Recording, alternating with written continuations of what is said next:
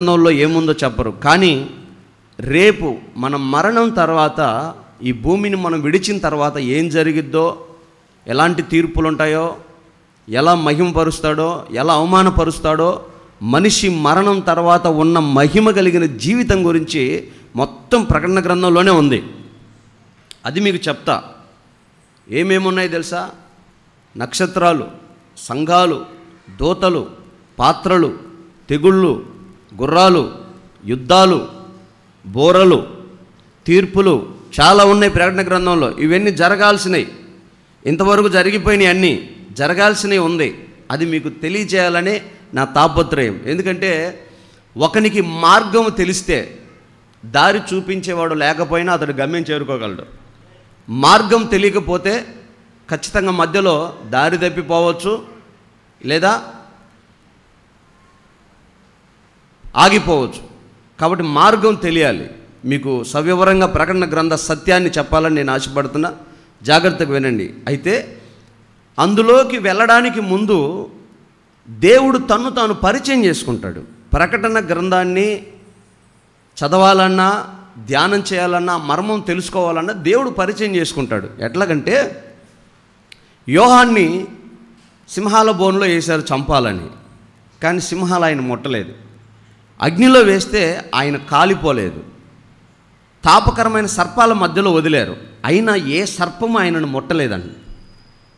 ఇక ఆయన్ని చిరచ్ఛేదనం చేయటం వారికి ఇష్టం లేక పద్మాసు అనే దీవి, ఇప్పుడు మనకు అండమాన్ దీవులు ఎలాగున్నాయో, లక్షద్వీవులు ఎలాగున్నాయో, అలాగే పద్మాసు అనే దీవిలో యోహాను తీసుకెళ్ళి అక్కడ వదిలేశారు. అక్కడున్న అనుభవం ఏంటంటే అదొక చెరసాల లాంటిది. అక్కడ ఎవరు మనుషులు ఉండరు. ఇప్పుడు అండమాన్లోకి వెళ్ళామనుకో, అండమాన్లో మీ అందరికీ తెలిసిన పెద్ద జైలు ఉందని కదా, కానీ అక్కడ విజయవాడ లాంటి ఒక మహాపట్టణం ఉంది. అండమాన్ అనే దీవిలో విజయవాడ, గుంటూరు లాంటి పెద్ద పట్టణం ఉంది. అక్కడ సినిమా హాళ్ళు ఉన్నాయి, క్రికెట్ స్టేడియాలు ఉన్నాయి, చాలా పెద్ద జనసంచారం ఉంది. అదొక పెద్ద పట్టణం అది. లాస్ట్ ఇయర్ అక్కడ సువార్త చెప్పడానికి వెళ్ళాల్సి ఉంది, కొంచెంలో మిస్ అయ్యా, లేకపోతే అక్కడి నుంచి కూడా మీకు సమాచారం తెచ్చేవాడిని. అలాంటి ఒక పట్టణం అది. కానీ ఇప్పుడు చెప్తున్నటువంటి ఈ పద్మాస్ దీవి జనసంచారం ఉండదు. సింహాలు, పులులు, తాపకరమైన సర్పాలు అవి సంచరించే స్థలాలు అవి. అక్కడికి ఖైదీలను తీసుకెళ్ళి వదిలేసి వారానికి, 15 రోజులకి, 20 రోజులకు ఒకసారి ఆ సైనికులు వెళ్ళి చూస్తారు, బ్రతికాడా చచ్చాడా. బ్రతికితే అంత అన్నం పెట్టేసి వస్తారు. ఏది వారానికి ఒక్కసారి. ఇక నీళ్ళు ఉండవు, ఆహారం ఉండదు. అలాంటి దీవిలో వదిలేశారు. ఏది ఇది చంపలేక వదిలేస్తే ఆ దీవిలో కూర్చొని ప్రార్థన చేసుకుంటున్నాడు యోహాను. బాధపడలా, ప్రభా నిన్ను నమ్ముకుంటే, నీకు సాక్షాత్ అపోస్తులను అయితే నాకేందయ్యా ఈ కష్టమని యోహాను బాధపడలా. అక్కడ కూర్చొని థ్యాంక్ యూ జీసస్. ఈ దరిద్రపు ఫోన్పేలు, గూగుల్ పేలు, ఫేస్బుక్లు, యూట్యూబ్లు, ఇంటర్నెట్లు, రాజకీయ నాయకులు ఈ గోలంతా లేదయ్యా, ఇక్కడ ప్రశాంతంగా ఉందయ్యా అని దేవునికి ప్రార్థన చేస్తుంటే ఆయన ఆత్మవశుడై ఉండగా ఒక దూత ఆయనను తీసుకొని పరలోకానికి వెళ్ళిందంట. మీరు జాగ్రత్తగా వినండి. పరలోకానికి వెళ్ళిన తర్వాత అక్కడ ప్రభు ఆయనతో మాట్లాడిన మాటలు కొన్ని మీరు చదువుతారు, నేనే చదువుతాను, మీరు చూస్తారు. ప్రకటన గ్రంథం 1వ అధ్యాయం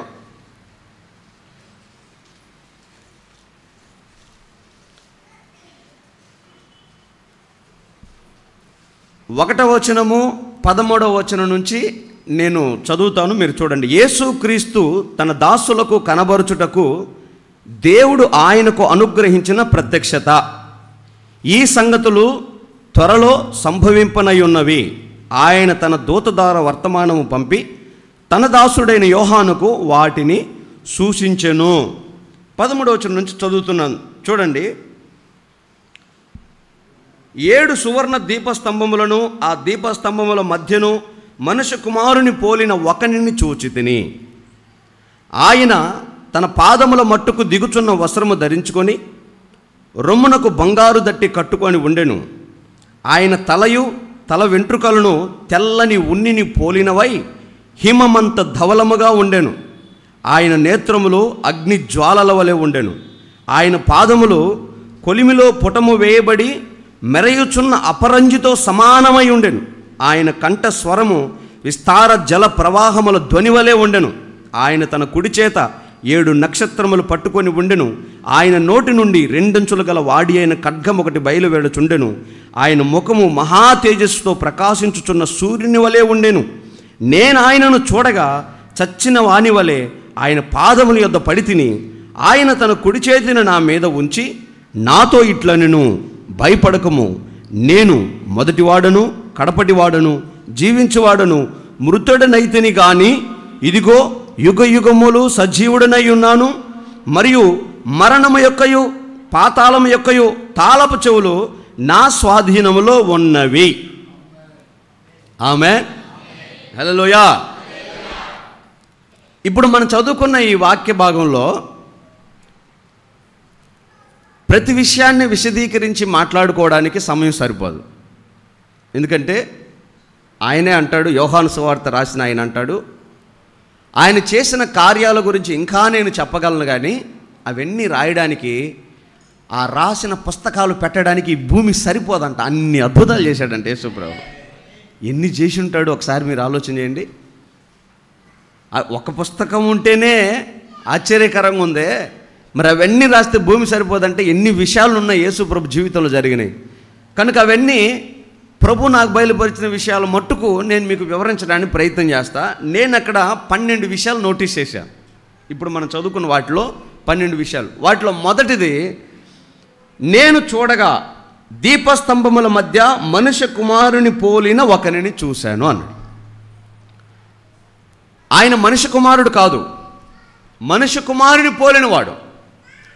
చివరిగా చదువుకున్న మాటలు ఏమనుందంటే, మృతుడనైతిని కానీ ఇదిగో యుగ యుగములు సజీవుడై ఉన్నాను. మరణమైంది ఎవరు? తండ్రి అయిన దేవుడా, పరిశుద్ధాత్మ దేవుడా, కుమారుడైన దేవుడా? కుమారుడైన దేవుడే కదా మరణమైంది మన కోసం. మరి ఇక్కడేమో మనుష్య కుమారుని పోలినవాడు కానీ మనుష్య కుమారుడు కాదు. అంటే దాని అర్థం ఏంటంటే, ఆయనే తండ్రి, ఆయనే కుమారుడు, ఆయనే పరిశుద్ధాత్ముడు, త్రియేక దేవుడు. వారిని వేరు చేయడానికి లేదు. ఈరోజు చాలామంది యేసు ప్రభు తక్కువ, యెహోవా ఎక్కువ, పరిశుద్ధాత్మకు అసలు వాల్యూ లేకుండా చేస్తున్నారు. నో, 1 = 1. దాని సారాంశం ఎంత? 2. ఈ 2 1లో ఏది ఎక్కువ? సమానమే కదా. 1 + 1 + 1 దట్ ఈజ్ ఈక్వల్ టు 3. ఈ 3 1లో ఏది ఎక్కువ? 3 సమానమే. యెహోవా అయినా, యేసుక్రీస్తు అయినా, పరిశుద్ధాత్మ దేవుడైనా ముగ్గురైనా ఒకరే. అందుకే ఆ ముగ్గురిని పోల్చి చెప్తున్నాడు, మనుష్య కుమారుని పోలిన ఒకనిని. అది మనుష్య కుమారుడైతే ఖచ్చితంగా చెప్పేవాడు, మనుష్య కుమారుని చూశాను అని. కానీ మనుష్య కుమారుని పోలినవాడు. కానీ ఆయన మృతుడయ్యాడు. యేసు ప్రభు తప్ప మరణాన్ని రుచి చూసిన తండ్రి కాదు, పరిశుద్ధాత్ముడు కాదు. కాబట్టి ముగ్గురు ఒకడే. ఆ త్రిత్వమై ఉన్న దేవుడు దీపస్తంభముల మధ్య సువర్ణ దీపస్తంభముల మధ్యను సంచరిస్తున్నాడు. 7 దీపస్తంభాలు అంటే 7 సంఘాలకు సాదృశ్యం. ఆ తర్వాత 2వ అధ్యాయంలో ఉంటాయి. వాటి గురించి నేను వివరంగా చెప్పడానికి ప్రయత్నం చేస్తా. దేవుడు నాకు సహాయం చేయునుగాక. ఆమేన్.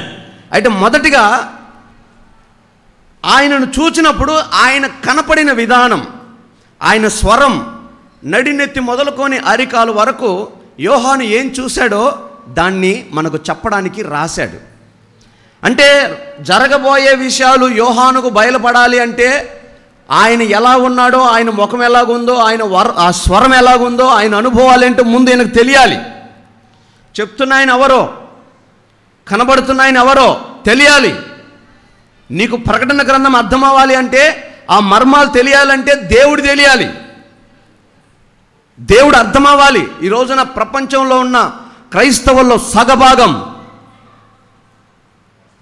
ఖచ్చితంగా చెప్పగలను, 50% మందికి యేసయ్య తెలియకనే వాళ్ళు ఆరాధిస్తున్నారు. ఎస్, తెలియదు వాళ్ళకి. మరి ఎందుకు వస్తున్నారు? ఏదైనా మేలు జరిగిద్దని, బాగవుద్దని, ఆశీర్వాదం వచ్చిద్దని కొంచెం మట్టుకే ఆశించి వస్తున్నారు. కానీ ఆయన భూతలమంత ఆశీర్వాదానికి యోగ్యుడని ఎరుగకయే వస్తున్నారు. వాళ్ళు కొంచెమే తెలుసుకొని వస్తున్నారు. కానీ ఈరోజు మనం ఆయన గురించి పూర్తిగా తెలుసుకోగలిగితే మనం పద్మాసు దీవిలో కూడా సుఖంగా బ్రతకగలుగుతాం. హల్లెలూయా, హల్లెలూయా. చెరసాల్లో స్తుతి ఎట్ట వచ్చింది పౌలా నీకు?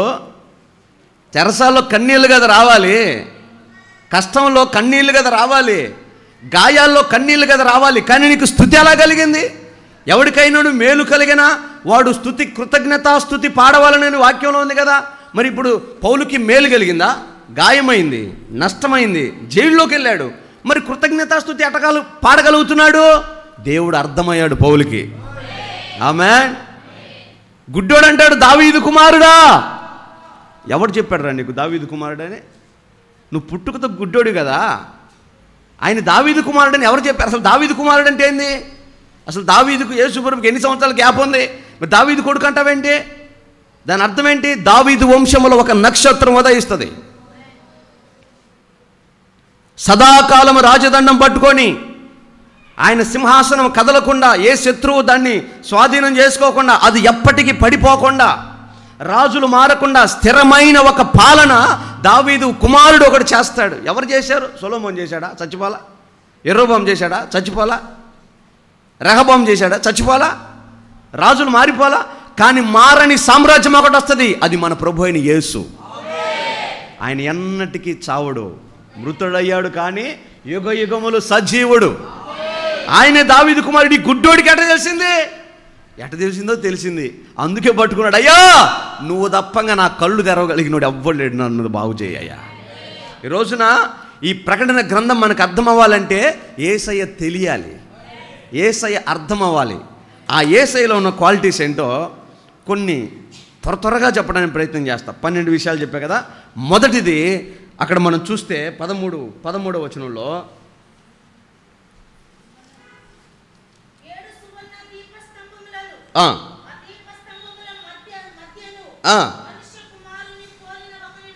చూచితిని ఆయన తన పాదముల మట్టుకు దిగుచున్న వస్త్రము ధరించుకొని ఉన్నాడు. చాలండి.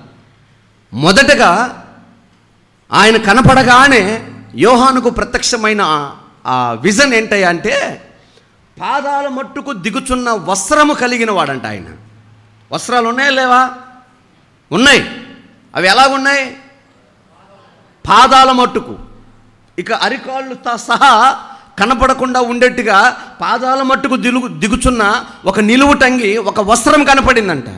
ఈ వస్త్రము అంటే అర్థం ఏంటంటే స్వభావము. ఇప్పుడు ఒక ఆయన పోలీస్ డ్రెస్ వేసుకున్నట్టు వస్తున్నాడు అనుకో, వెంటనే ఎవరైనా చెప్పేస్తారు ఆయన ఎవరని. కోట్ వేసుకొని మెల్లో స్టెతస్కోప్ వేసుకొని వస్తే, పెద్దది నల్ల కోట్ వేసుకొని వస్తే కదా, మన వస్త్రాలను బట్టి. ఈవెన్ ఇప్పుడు మీరు నేనున్నాను, మీ అందరి మధ్యలో నేను ఏదో ఒక ప్రత్యేకంగా ఉన్నా, ఎవరు వచ్చినా అర్థమైపోద్ది వెంటనే. అదిగో ఆయన పాస్టర్ గారు అంటారు. 90% గుర్తుపట్టేస్తారు, ఆయన పాస్టర్ గారు అంటారు. అంటే వస్త్రం ఏం చూపిస్తుంది అంటే స్వభావాన్ని చూపిస్తుంది. ఇప్పుడు దేవుడికి ఒక అంగి ఉంది, ఒక వస్త్రం ఉంది, అది ఆయన స్వభావాన్ని, ఆయన దైవత్వాన్ని చూపిస్తుంది. అది మనకు అర్థం అవ్వాలి. ఆమేన్. ఏంటి ఆయన దైవత్వం?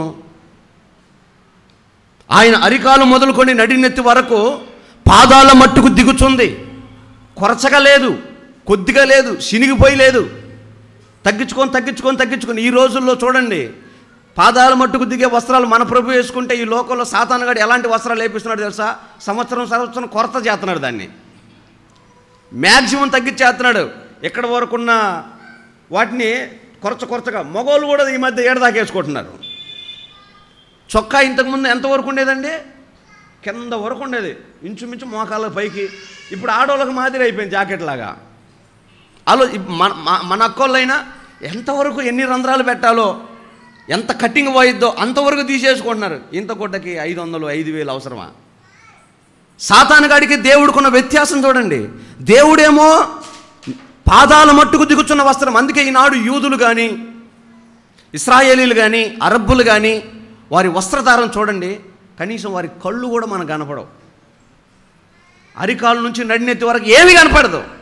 కారణం ఏంటంటే దేవుడిచ్చినటువంటి దైవత్వాన్ని వస్త్రంతో కప్పేస్తారు వాళ్ళు. నరుడు దాన్ని చూడకూడదు అన్నట్టు కాపాడుకుంటారు వాళ్ళు. దేవుడు కూడా తన దైవత్వం చేత కప్పబడ్డాడంట పాదముల మట్టుకు. ఈ రోజున సంఘంగా మనము ప్రకటన గ్రంథాన్ని చూడాలంటే, ఆ మర్మాలు మనకు తెలియాలంటే, జరగబోతున్నటువంటి ప్రమాదం వినాలి, ఆ కడబోర శబ్దం వినాలి అంటే, ఆ తెగుళ్ళ గురించి, ఆ ధూపార్తుల గురించి, సంఘాల గురించి మనకు అర్థం అవ్వాలి అంటే, మొదట దేవుడు ధరించుకున్న వస్త్రాన్ని, దైవత్వాన్ని మనం ధరించుకోవాలి. దేవుని యొక్క పరిపూర్ణ దైవత్వం సంఘానికి వచ్చునుగాక. అంటే నేను మీకు మొన్న చెప్పానే, పరలోకంలో సంఘం పరలోకంలోకి వెళ్ళగానే పరలోకంలో అందరూ విందులో పాల్గొంటారు, దేవదూతలు విందులో పాల్గొంటారు. అక్కడ దేవుణ్ణి స్తుతించి ఆరాధించే షిఫ్ట్లు ఉంటాయి. ప్రభు చిత్తమైతే మీకు అవి కూడా చెప్తా. ఇప్పుడు మనం డ్యూటీలకు వెళ్తాం 8 hours షిఫ్ట్ లాగా, అలాగా షిఫ్ట్ ఉంటుంది. ఆ షిఫ్ట్లో నువ్వు ఏ షిఫ్ట్లోకి వెళ్తావు, ఆ షిఫ్ట్లోకి వెళ్తున్నప్పుడు మధ్యలో దేవదూతలు తిరుగుతూ ఉంటారు అటు ఇటు. వాళ్ళు నిన్ను చూడగానే కప్పున రెక్కలతో కప్పేసుకుంటారు, తన కళ్ళు రెక్కలతో కప్పేసుకుంటారు. ఎందుకని? నువ్వా యేసుప్రభు వాళ్ళ కన్ఫ్యూజ్ అవుతారు. కారణం ఏంటంటే మనలో క్రీస్తు దైవత్వం వచ్చేస్తుంది. హల్లెలూయా. ఇప్పుడు చూశారనుకో పక్కగా అర్థమైపోద్ది, వరే యేసోబుగా. ఇప్పుడు చూసారు, వరే జాన్సనా నువ్వా, పేదరా నువ్వా, ఇప్పుడు అనుకో అర్థమైపోయింది. కానీ ఆయన దైవత్వము మనం కప్పుకున్నామనుకో, అప్పుడు అది అర్థం చేసుకోలేదు. అమ్మో క్రీస్తు ఈయనలో ఉన్నాడేమో, ఈయన క్రీస్తులో ఉన్నాడేమో, సాక్షాత్తు ప్రభే వస్తున్నాడేమో అని దేవదూతలు సైతం ఆశ్చర్యపోయినట్లుగా, కన్ఫ్యూజ్ అయ్యేటట్లుగా నీవు క్రీస్తు దైవత్వాన్ని కలిగి ఉందువుగాక. అది ఎంత మట్టుకే? కొంత మట్టు కాదు. హలో, పండగ పూట మాత్రమే తెల్ల డ్రెస్ చేసుకొని, మంచి జరిగినప్పుడు మాత్రమే ప్రేమగా మాట్లాడుకొని, అనుకూలంగా ఉన్నప్పుడే దైవికంగా మాట్లాడుకొని, కొంచెం తేడా పడ్డ తర్వాత దేవుడు లేడు, ఏం లేడు, దేవుడు నాకేం చేశాడు, ఇట్టెందుకు అవుతుందని నీ పూర్తి మానవ స్వభావాన్ని బయటకు తీసుకురాకూడదు. ఎట్టి పరిస్థితుల్లో నువ్వు దైవత్వంతో కప్పబడి ఉన్న వేస్తున్నాము. మనుషులంటే ఎవరు అనుకున్నారు? మరలా దేవుడిగా మారటానికి భూమి మీదకి వచ్చిన మహానుభావులు మనుషులు. హల్లెలూయా.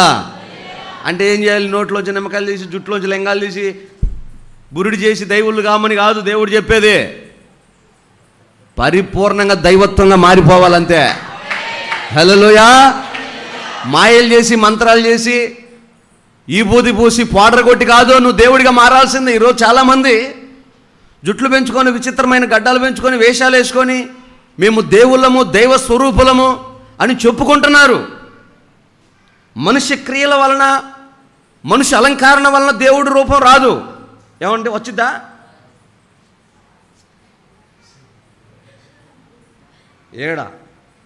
ఏడా ఒకడైతే మొత్తం అసలు బట్టలు నిప్పినకు తిరుగుతున్నాడు. ఇక పోయింది మొత్తం. మన పార్లమెంట్లో ఓపెనింగ్ ఆళ్ళే, ప్రపంచం సిగ్గుపోయింది మనకి. ఏందిరా ఇండియా చాలా ముందుంది అనుకున్నాం, వీళ్ళకి ఇంకా మంచి బట్టలు కూడా వేసుకొని చేత కాలేదని. అది దైవత్వం అనుకుంటున్నారు, దేవుడు అనుకుంటున్నారు. అది కాదు. ఆయన సాక్షాత్తు దేవుని యొక్క ఆ దైవత్వాన్ని మనం పొందుకోవాలంట. ఇది దైవత్వం, ఇది మనకు రావాలి. ఆమేన్. ఈ దైవత్వం ఏంటో రాబోయే వాటిల్లో కూడా నీకు టచ్ చేస్తా. అందుకని నేను ఇక్కడ నుంచి ముందుకు వెళ్తున్నా. మొదటిది, ఆయన దైవత్వం అనే వస్త్రం మనము పొందుకొని ఉండాలి. రెండోది కంటిన్యూ చేయమ్మా. రొమ్మునకు బంగారు దట్టి. చాలండి. యేసుక్రీస్తు హృదయానికి బంగారు దట్టి కట్టుకొని ఉన్నాడంట. అది దేనికి సాదృశ్యమయ్యా అంటే, అపోస్తుడైన పేతురు అంటాడు, మీ నడుమునకు సిద్ధ మనసు అనే,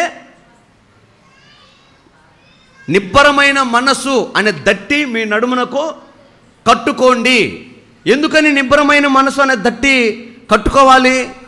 మీరు లోకంలో ఉన్నారు కాబట్టి సంగమా, మిమ్మల్ని లోకం ఆకర్షిస్తుంది. ఇదిగో ఈ డబ్బులు ఇస్తా, ఇదిగో ఈ పొలం ఇస్తా, ఇదిగో ఈ అధికారం ఇస్తా, ఈ పదవి ఇస్తా, లేకపోతే పలాని ఆశ చూపిస్తా అని ఏదో ఒక ఆశ మిమ్మల్ని లోపరుచుకోవాలని చూస్తుంది. సాతానుగాడు ఎలాగూ చెట్టు మీద కూర్చొని అవ్వతో మాట్లాడాడో, హలో ఈ పండు తిన్న దినమున మీరు దేవతలు అవుతారు. ఆల్రెడీ వాళ్ళు ఎలా సృష్టించబడ్డారు? దేవుని పోలిక, దేవుని స్వరూపం వారిలో ఉంది, దైవత్వం వారిలో ఉంది. అందుకే వారికి వస్త్రములు లేకపోయినా మహిమ వస్త్రాలతో ఉన్నారు. కానీ వీడు మోసం చేశాడు, ఆశ చూపించాడు. అర్థమైందా? నాకు లేనిదేముంది? ఒకసారి ఆలోచన చేయాలి. మనకు లేనిదేముంది?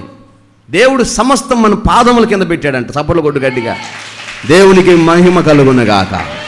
ఆమేన్. దేవుడు సమస్తం ఎక్కడ పెట్టాడు? పాదాల కింద పెట్టాడండి. సీఎం అయినా పిఎం అయినా మన దగ్గర వచ్చి ప్రార్థన చేసుకోవాల్సింది. హల్లెలూయా. ఊర్లో పెద్దయినా ధనవంతుడైనా కులస్తుడైనా ఎవరైనా మన దగ్గరికి వచ్చి ప్రార్థన చేసుకొని పోవాల్సిందే. దేవుడు మన పాదాల కింద పెట్టేశాడు, సమస్తం మనకు అప్పగించేశాడు. నువ్వు ప్రార్థన చేస్తే ఏమైనా జరుగుతుంది. సూర్యుడు ఆగిపోవాలా, నువ్వు ప్రార్థన ఆగిపోతావు. నీ ఇష్టం వచ్చిన సైంటిస్ట్ని ఆపమను. హలో, నీ ఇష్టం వచ్చిన సైంటిస్ట్ని ఒక నిమిషం సూర్యుని ఆపమను, వర్షం కురిపిమను. మేఘమదనములు చేయలేని దీవెన వర్షము కురిపించినావే, త్రియేక దేవుడైన. మేఘమదనం అంటే తెలుసా? తెలీదా? ఇంకేం తెలుసు మీకు? ఆ మధ్య రాజశేఖర రెడ్డి ముఖ్యమంత్రిగా ఉన్నప్పుడు వర్షాలు పడట్లేదని మేఘాలను కరిగించి ఆ మేఘాల్లో ఉన్న నీటిని కురిపించాలని ర్యాకెట్లో ఏదో ఒక పొగ వదిలారు. ఏదో ఒక ఏంటది, ఒక వాయువు, హైడ్రోజనో నైట్రోజనో ఏదో ఒక వాయువు తీసుకెళ్ళి మేఘాల్లో వదిలారు. ఆ ఆవిరికి మేఘాలు కరిగి వర్షాలు పడతాయి. దాన్ని మేఘమదనం అంటారు. అదో ప్రాసెస్. ఎన్ని ర్యాకెట్లు పోయినా వర్షాలు మాత్రం పడట్లా. అయితే మేఘమదనములు చేయలేనివి ఏలియా కూర్చొని ప్రార్థన చేస్తే అరచేయంత మబ్బు 7 చెరువులు నింపేసిందంట. యేసు రక్తమే జయం. కొట్టచ్చు గట్టిగా, కొట్టు. యేసు రక్తమే జయం. ఆమేన్. అంటే ఈ లోకంలో ఏమీ లేదు. భూమియు దాని సంపూర్ణతయో నీ దేవుడైన యెహోవాయి, సమస్త అధికారం ఆయనకుంది. అన్ని ప్రభుత్వములను స్థాపించేవాడు నియమించేవాడు ఆయనే. రేపు ఎన్నికలు వస్తున్నాయిగా, మనం ఏం కంగారు పడాల్సిన పనిలా. నువ్వు ఎగిరి దంచిన అదే కూలి, నువ్వు ఎగరకుండా దంచిన అదే కూలి. దేవుడు ఎవరు నియమిస్తాడో వాళ్ళని నియమిస్తాడు. కానీ నువ్వు పోయి పంచపైకి గట్టి గోజి పెట్టి ఊరంతా తిరిగి ఏం ఉపయోగం లేదమ్మా. లేనిపోని నింద, లేనిపోని తిప్పలు. నేను చెప్తున్నా, నా మాట వినండి. ఇప్పుడు ఇది సమయం కాదు, ఎలక్షన్ మూమెంట్లో చెబుతా మీకు. బైబిల్లో రాసింది, ఆ విషయాలన్నీ మీతో పంచుకుంటా. గట్టిగా హల్లెలూయా చెప్పండి. హల్లెలూయా. కాబట్టి మన చేతులు ఏమీ లేదు, అంతా ఆయన వశమైపోయింది. ఇంక మనం ఎందుకు ఆశపడి పొరపాటున పోగొట్టుకుంటామేమో అని ఆయన హృదయానికి బంగారు దట్టి కట్టినట్టుగా నిబ్బరమైన మనసు అనే దట్టి మన నడుము కట్టుకోవాలంట. ఇది నీకు రావాలి. నీకు ప్రకటన గ్రంథం తెలియాలంటే నీ మనసు కట్టుకోవాలి. ఒకవేళ యోహానుకు ఈ అనుభవం లేదనుకో, అది చూడగానే ఇదేంది బంగారం కట్టుకున్నాడు, మనం కూడా బంగారం వేసుకోవాలి, మెల్ల ఒక నకిలీ చేసుకుని కనపడేవాడు యోహాను. ఆ మర్మం తెలియకపోతే అంతేగా, అర్థం కాకపోతే ఆయనకు అర్థమైంది కనుక, మర్మం తెలిసింది కనుక దేవుడు చెప్పగలుగుతున్నాడు. మొదట మనం ఈ లోక సంబంధమైన ఆశలని, ఆశల వలయాలని, అపేక్షని, కోపాన్ని, ఆవేశాన్ని, తృష్ణల్ని, ఈ లోక సంబంధమైన వాటిని జయించడానికి నిబ్బరమైన మనసు అనే దట్టి మన నడుము కట్టుకోవాలి. ఇది క్రీస్తు పోలిక. ఆయన వస్త్రాన్ని, దైవత్వాన్ని మనం కప్పుకోవాలి. ఆయన హృదయానికి కట్టుకున్న బంగారు దట్టి అనే నిబ్బరమైన మనసు అనే దట్టిని మనం నడుముకి కట్టుకోవాలి. ఈ రెఫరెన్స్లను చూపిస్తే టైం అయిపోతుంది, అందుకే నేను చూపించలేదు. మూడోది, ఆయన తలయు తల వెంట్రుకలను చాలండి. ఆయన తలయు తల వెంట్రుకలు తెల్లని ఉన్నిని పోలిన హిమమంత తెల్లగా. హిమము అంటే మంచు. మంచు ఎంత తెల్లగా ఉంటుంది? ఏ పెయింట్ పనికిరాదు, ఏ చాకల వాడి సబ్బు పనికిరాదు, అంత తెలుపు. ఆయన తల వెంట్రుకలు తెల్లగా ఎందుకున్నాయంటే వయసు అయిపోయి నరిసిపోయిన అనుభవం కాదు, అది తెలుపు పరిశుద్ధతకు సాదృశ్యం. హిమమంతా అంటే అది ఇంకా డెడ్ అనమాట, అంతకంటే పరిశుద్ధత లేదు, అతి పరిశుద్ధత.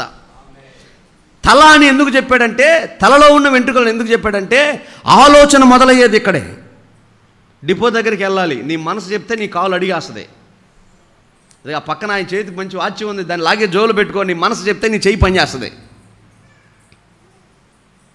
నీ మనసు ఏం చెప్తే నీ శరీరం దాన్ని చేస్తుంది. అందుకే తలంపు ఆలోచన పుట్టేది ఇక్కడే. అందుకే దేవుడు అంటాడు అవి హిమమంత తెల్లగా మారాలంట. అందుకే నా పాపము రక్తమంత ఎరుపైన, దావీదు అంటాడు నా పాపము రక్తమంత ఎరుపైన హిమము వలె తెల్లగా మార్చయ్యా, తెల్లగా మార్చయ్యా. అంటే మన ఆలోచన విధానాలు పరిశుద్ధముగా పవిత్రముగా ఉండాలి. ఎవరిది ఆశించకూడదు, స్వార్థంగా ఆలోచించకూడదు, అన్యాయంగా యోచించకూడదు, దుర్మార్గంగా మాట్లాడాలన్న ప్రేరేపణ నీ మనసులో రాకూడదు.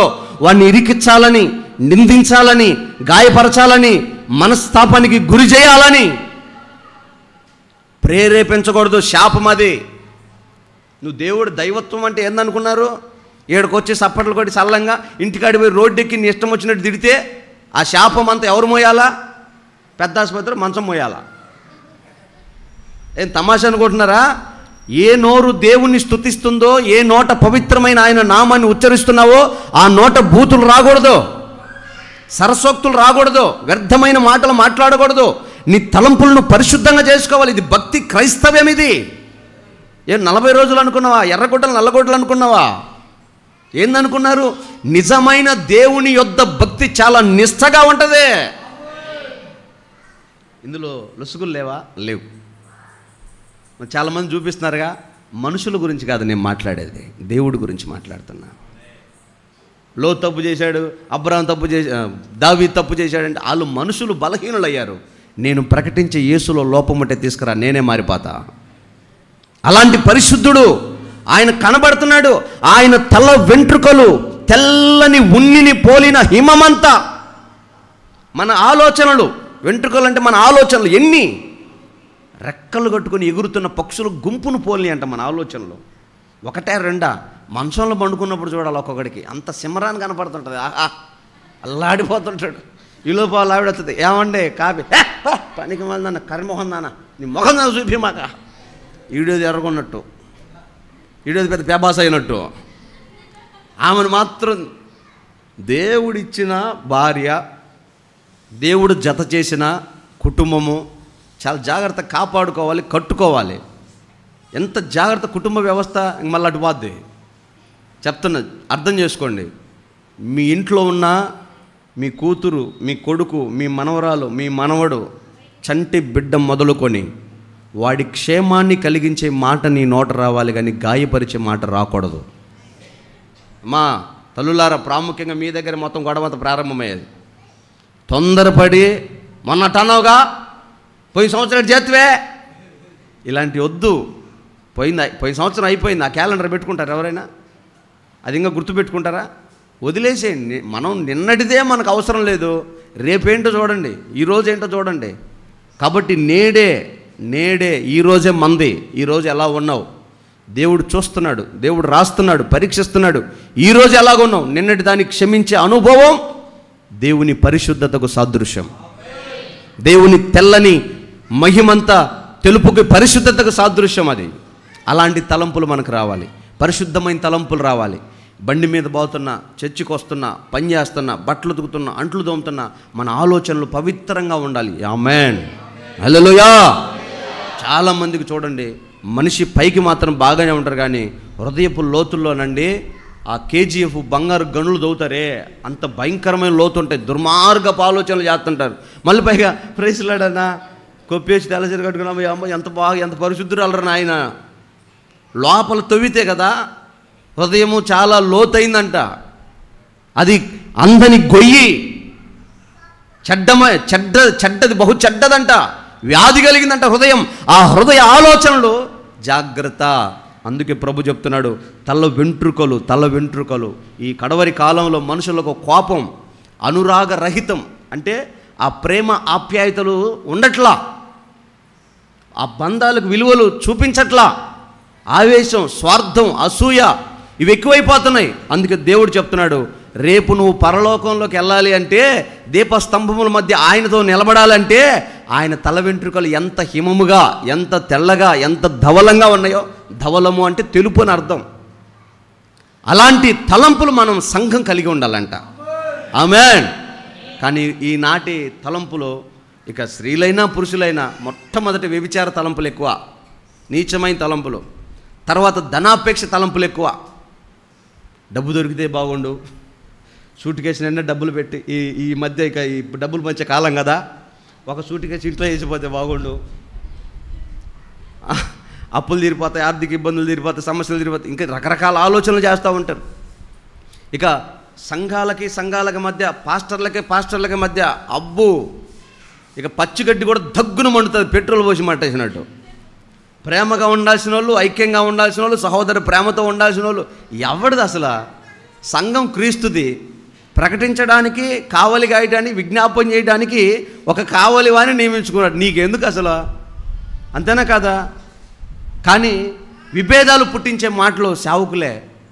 కారణం ఏంటంటే అంత్య దినాలు. మనం పాట పాడుకుంటాం కదా, అదేంటి అక్షయ్ రాశాడు ఆ పాట, ఆత్మీయత కరువైపోయాను ఈ అంత్య దినముల్లో, అనురాగరహితులు సంఘములో ఆది ప్రేమ చల్లారిపోయింది, ఆత్మీయత కరువైపోయింది, అనురాగరహితులు ఎక్కువైపోయారని. కనుక అలాంటి కోపతాపాలు యేసునామంలో ఆరాధనలో వదిలిపోవును గాక. సమాధానం గురించి చూడండి ఎంత బాగుంటుందో. నిజంగా అండి, చిన్నప్పుడు పెద్దోళ్ళు నాకు చెప్తా ఉండేవాళ్ళు. ఈ 5th క్లాస్ ఏమో చదువుతున్నా, మా ఊళ్ళో మా తాత కొంచెం ఘనంగా ఉండేవాడు. ఆ ఊర్లో ఏం జరిగి చేస్తూ ఉండేది. ఆ ఊర్లో ఏదో ఒక పండగ వస్తే దానికి ఒక డ్రామా వేయించాలి. మనం చెప్పాను భోగం ఆట, ముఖానికి రంగులు వేసుకొని నెత్తికి విగ్గులు పెట్టుకొని వేసి ఆట అదేగా. మరి నాకు తెలియదు, పెద్ద ఆయన చెప్పాడు, ఆయన చచ్చిపోయాడు పాపం, చెప్పి మంచి మాట చెప్పిపోయిండు. ఆ భోగం ఆట ఆడేవాళ్ళు వచ్చారు. అయితే వారిలో సత్యహరిశ్చంద్రుడు అనే ఒక క్యారెక్టర్, ఆయన కుమారుడు క్యారెక్టర్ ఒకటి ఉంది. ఆ పిల్లోడు చెప్ప చేయకుండా పారిపోయిండు. ఇప్పుడు ఆ క్యారెక్టర్కి పిల్లోడు లేడు. ఎవరేస్తారు క్యారెక్టర్ అంటే ఆడు కాదు ఈడు కాదు, మీ మనోడైతే సూపర్ సెట్ అవుతాడని బళ్ళో ఉంటే నన్ను పట్టుకొచ్చారు. ఇక ఆ క్యారెక్టర్ చెబుతూ ఉన్నాడు, నాకు ఎక్కిస్తున్నాడు, ఆ పద్యాలు ఆ క్యారెక్టర్ ఎక్కిస్తున్నాడు. అక్కడ చెప్తున్నాడు, ఇచ్చిన మాట కోసం తన భార్యను తన కొడుకును కూడా అమ్ముకున్నాడు ఆయన అని. అది నిజమో అబద్ధమో నాకు తెలియదు, కానీ అది ఎంత వ్యసనం అంటే నాకు ఈ ప్రభుని నమ్ముకున్నాక అర్థమైంది. ఇవ్వటం కనుక తెలిస్తే అందులో ఉన్న ఆశీర్వాదం, అందులో ఉన్న తృప్తి నీకు అర్థమైతే నువ్వు తినకుండా పక్కనోడి పెడతావు. ఎస్, అదొక వ్యసనం. ఏమంటావు గోవర్ధన్ అన్న, కరెక్ట్ కాదా? సాయం చేయటం అదొక ఫ్యాషన్, చాలా ఇష్టంగా ఉంటుంది. ఒక ఇచ్చి చూడండి. అసలు మీరు ఎవరికైనా ఇప్పుడు భోజనాలు జరుగుతున్నాయా, వాళ్ళని నెట్టుకొని ముందు పోయి ప్లేట్ పెట్టడం కాదు. ముసలి వాళ్ళని, పిల్లల్ని గమనించుకొని వాళ్ళకి ప్లేట్లు పెట్టి ఇచ్చి చూడు, ఆ కళ్ళల్లో కనపడే ఆ కాంతి ఇంకా 10 మంది ప్లేట్లు తీసుకుపోయేటట్టు చేస్తుంది. ప్రేమలో ఉన్న ఆశీర్వాదం అది. అలాంటి ప్రేమ రావాలి, కుటుంబాల్లో రావాలి, మొదట సంఘంలో రావాలి, ఆ తర్వాత లోకంలో రావాలి. ఇది దేవుడు మన నుంచి కోరుకునేది. వాము చాలా టైం అయిపోతుంది, కంటిన్యూ అక్క. ఆయన నేత్రములు అగ్ని జ్వాలలు అని ఎందుకు రాశాడంటే, అగ్నికున్న గుణం ఏంటంటే ఇనుమైనా సరే అగ్ని కాల్చి అవతలికి వెళ్ళగలుగుతుంది. ఇప్పుడు మీరు వెల్డింగ్ చూస్తారా, వెల్డింగ్ ఎంత పెద్ద రాడ్ అయినా వెల్డింగ్ చేస్తే అవతలికి రంధ్రం పడిపోద్ది. అలాగే ఆయన నేత్రాలు అగ్ని జ్వాలలంట. మనకేం కావాలి అంటే ఆత్మ సంబంధమైన నేత్రాలు కావాలి. అంటే దేవుడు ఇక్కడ ఉండి భూమికి అవతల వైపు ఉన్న దానిని తేటగా చూడగలిగిన వాడు దేవుడు. అలాంటి నేత్రాలు మనకు కావాలి. గట్టిగా హల్లెలూయా చెప్పండి, చప్పట్లు కొట్టండి. దేవునికి స్తోత్రం. ఆత్మీయ నేత్రాలు మనకు కావాలి. ఆత్మీయ నేత్రాలు ఎందుకు కావాలి? ఆత్మీయ నేత్రాలు ఏం చేస్తాయి అంటే, మనమందరం ఈరోజు చూస్తాం, ఈరోజు జ్వరం వచ్చింది, ఇంకా బాధ కాదు, అమ్మో జ్వరం వచ్చింది, అయ్యో ఎన్ని రోజులు ఉంటుందండి? ఇప్పుడు 2 చీమలు ఓ చక్కెర పదార్థాన్ని పట్టుకొని ఇట్లాగే వెళ్తున్నాయి. ఈలోపు ఇంకొక చీమ వచ్చింది ఆపోజిట్లో. అమ్మ జాగ్రత్తగా వింటారా, ఇదంతా చక్కెర కొండ. 2 చీమలు ఓ చక్కెర పలుగు పట్టుకొని ఇలా వెళ్తున్నాయి. ఇంకో చీమ వచ్చి ఆ 2 చీమలతో ఫైట్ చేస్తుంది, నాకు ఇష్టవయ్యవా. నేను చూస్తున్న దాన్ని. ఇప్పుడు ఆ చీమ ఇంకొంచెం ప్రయాణం చేసి వస్తే ఇక్కడ ఏముంది? చక్కెర కొండ ఉంది, ఎంత కావాలంటే అంత తీసుకోవచ్చు. కానీ దాన్ని తెలియదుగా, వీళ్ళ దగ్గర లాక్కోవాలని ఫైటింగ్ చేస్తుంది. మనమేమో ఇక్కడున్న దాన్ని చూడగలిగాము, ఆ చీమ చూడలేకపోయింది. మానవ స్వభావం కలిగిన వాళ్ళు ఈ భూమి మీద తన కాళ్ళ ముందున్నదే చూస్తారు. శ్రమైనా బాధపడి కన్నీళ్ళు గార్చి ఓడిపోయి కురింగిపోతారు. నిందైనా ఇక ఫ్యానుకు ఉయ్యాలు ఊగుతారు. కొంతమంది తట్టుకోలేరు, అసలు నిమిషం తట్టుకోలేరు, ఆవేశంగా పోతారు. రోగమైనా బాధైనా ఆర్థిక సమస్యలైనా ఈ సంవత్సరమే చూస్తారు, ఈ నెలే చూస్తారు, ఈ రోజుకే చూస్తారు, కృంగిపోతారు. కానీ ఆత్మ సంబంధమైన నేత్రములు గలవాడు నెక్స్ట్ ఇయర్ వచ్చే ఆశీర్వాదాన్ని చూడగలుగుతాడు. హల్లెలూయా, హల్లెలూయా. ఆత్మ సంబంధమైన నేత్రాలు కలిగిన వాడు పరలోకాన్ని చూస్తాడు, కళ్ళ ముందు పాపాన్ని చూడ్డు. బా, ఈ అమ్మాయి ఎవరు భలే ఉందే, లైన్లో పెట్టాలా, పడేయాలా, పడే ముక్కు ముఖం పగిలి నాకే పనికి రాకుండా బాధ్య. ఈ అబ్బాయి భలే ఉన్నాడే, ఈయన పడేత్త బాధ్యే, పడే. కళ్ళ ముందే చూస్తున్నారు, పరలోకంలో ఇచ్చే ఆశీర్వాదాన్ని కోల్పోతున్నారు. ఎందుకంటే వాడికి ఆత్మ సంబంధమైన నేత్రాలు లేవు. ఆవేశాన్ని అక్కడే వ్యక్తపరుస్తున్నారు. కొంచెం ఓర్చుకుంటే, కొంచెం నిదానిస్తే దేవుడిచ్చే మహిమ, రెట్టింపు ఘనత అది కోల్పోతున్నారు. ఆత్మ సంబంధమైన నేత్రాలే లేవు, చూడలేకనే పోతున్నారు. చెరసాల్లోకి వెళ్ళేదే చూస్తున్నారు, కానీ దేవదూత వచ్చి చేతులు పట్టుకొని రోడ్డు మీద వదిలిపెడతారు తర్వాత గంటకి. అది చూడలేకపోతే ఎట్టండి, సింహాల బోన్లోకి పంపించేదే చూస్తాడు. ఆడంటాడు, ఎవరు, పిలాతు, ఇదిగో నజరేయుడైన యేసు అని ఇలాగ మౌనంగా చూస్తున్నాడు. ఇట్లాగా ఒక్క మాట చెప్పు, నేను గవర్నర్ని, నాకు అధికారం ఉంది నీ శిక్ష తగ్గించడానికి, నీకు శిక్ష వేయకుండా ఆపడానికి నాకు అధికారం ఉంది, ఒక్క మాట చెప్పు. యేసు ప్రభు ఒక్క నవ్వునవి అట్లా చూసి, ఒరే పిచ్చోడా, ప్రాణము పెట్టుటకు తీసుకున్నట్టుకు నాకు అధికారం కలదు, తండ్రి చిత్తం జరగడానికి జరుగుతుందిరా. నువ్వేస్తే నేను శిక్షకు పోవట్లేదు, నువ్వేస్తే నేను సిలువకు పోవట్లేదు, మూడో రోజు నేను లేస్తా, అది నీకు తెలియదు, నాకు తెలుసు. కాబట్టి ఒక నవ్వు నవ్వి, నువ్వు అన్నట్టు నేను రాజునే, కాంప్రమైజ్ అయ్యేదేలా, నేను రాజును కాను అని చెప్పరాదా? నేను చెప్పను, నువ్వు అన్నట్టు నేను రాజునే. పుట్టటమే యూదులు రాజులుగా పుట్టా, రాజుగా పెరిగా, రాజుగా రాబోతున్నా. మనం పాట పాడతామా? రారాజు వస్తున్నాడో జనులారా, రాజ్యము తెస్తున్నాడో, రారాజు వస్తున్నాడో జనులారా, రాజ్యము తెస్తున్నాడో, వస్తానన్న యేసురాజు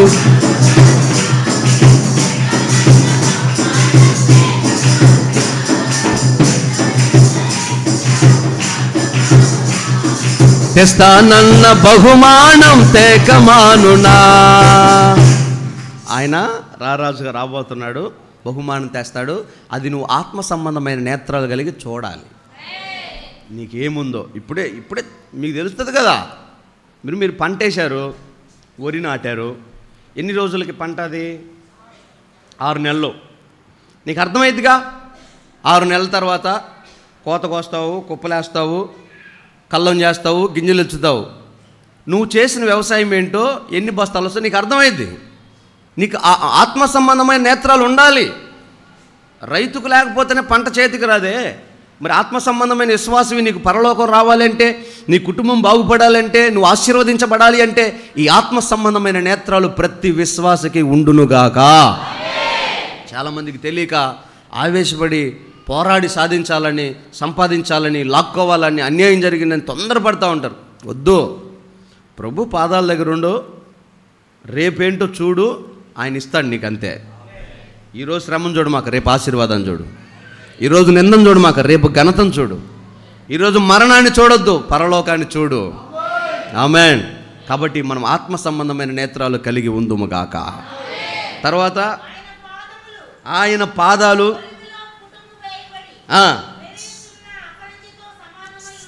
చాలండి. ఆయన పాదాలు కొలిమిలో పుటము వేయబడి మెరుస్తున్న అపరంజితో సమానం. మనం పాట పాడతాం కదా, నీ పాదాలు యేసయ్యా నా ప్రాణ